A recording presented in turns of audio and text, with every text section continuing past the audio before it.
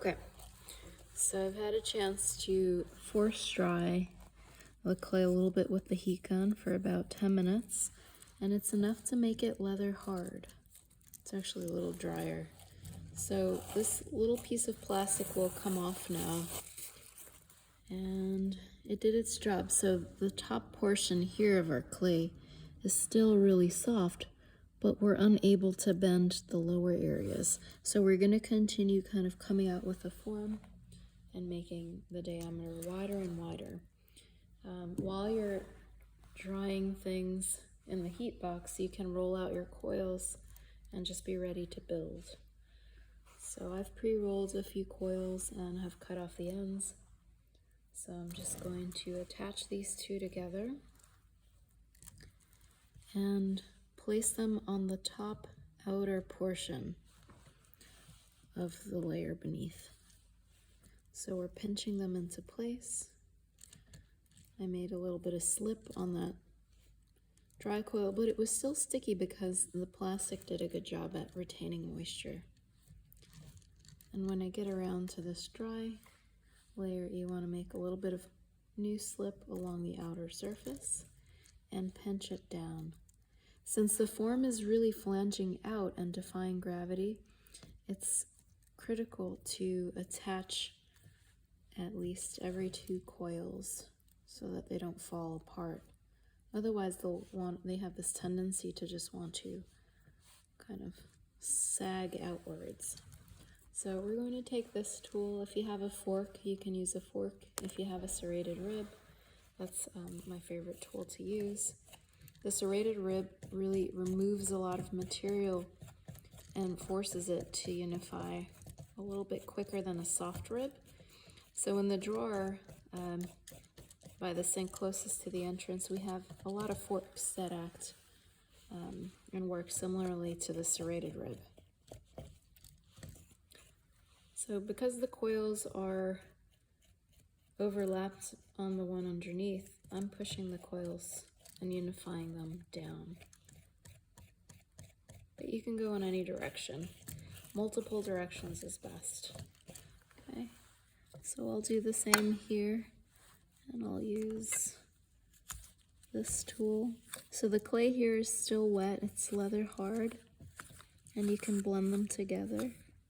If it's too dry, then you'll have to reintroduce a little bit of moisture with a damp sponge.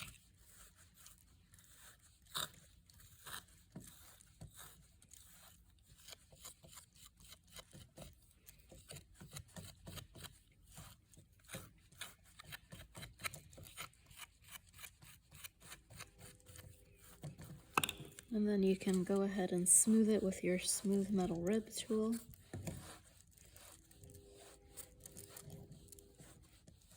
But all you want to worry about is good construction, not so much what it looks like, because we'll refine that with the Sureform tool, which is that cheese grater-like tool.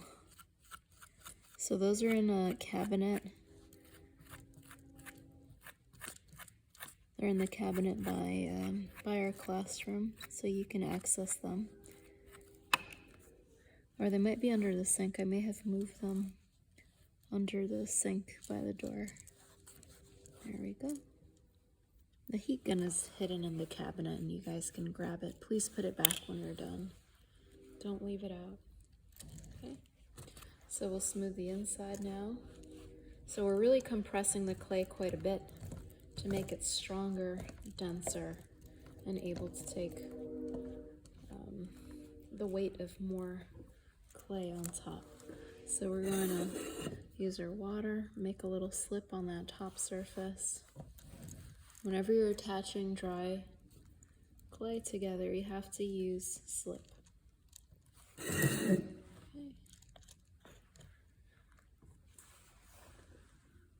All right. So again, we're going to press out all of the air between those two and layer it on the outside top section. And we're pinching it into place. So inch by inch. You don't want to skip a section because if there's a gap, it won't adhere well. So this actually flattens the coil a little bit, makes it a little thinner. So you want to make sure that you're working with rather thick coils. This one's a little thicker than my pointer, but it's becoming about 1/4 inch as I work with it here.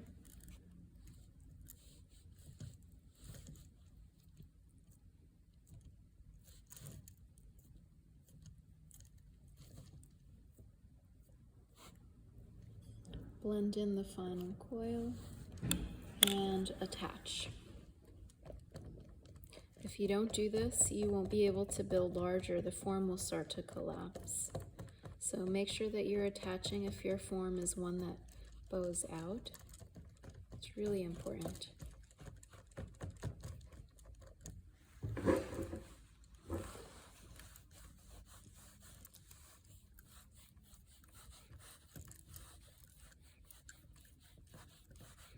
And it's good to compress in multiple directions.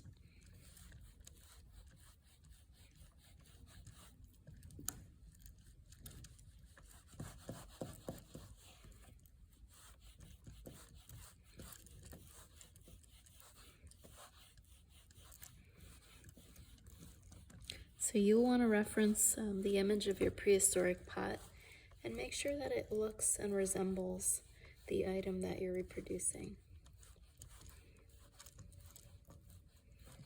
So you'll have it out while you're constructing, either drawn in your sketchbook or printed.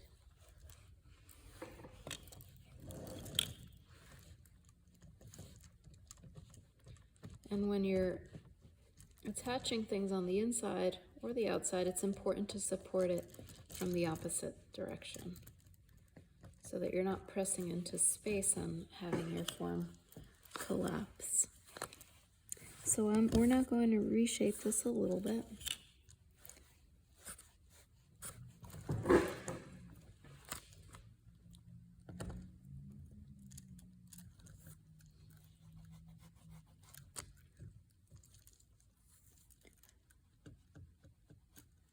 And I'd say this is about 8 inches tall. So it looks like I can add maybe one more coil before the form wants to begin to collapse. So this pot will have a little belly and then it'll have a narrow neck. So in order to do that, I'm going to have to speed dry it again before I can start to build a form inwards. Okay. So let's add our slip. There's no water accumulating on the inside.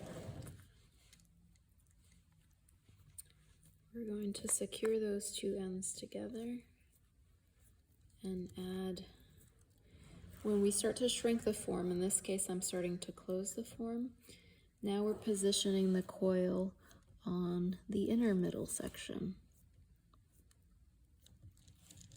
So the coil itself has 3 sections. You have the top, you have the outside, and the inside. So I'm placing this coil in this area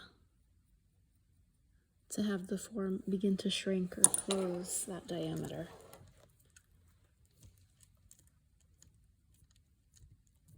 And you're pinching down. This hand on the outside is supporting the clay as you pinch from the inside down.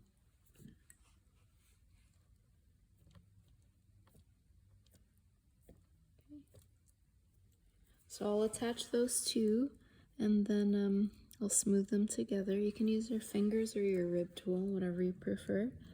And then I'll force dry it with the heat gun again before adding on any more. Okay? All right, so stay tuned.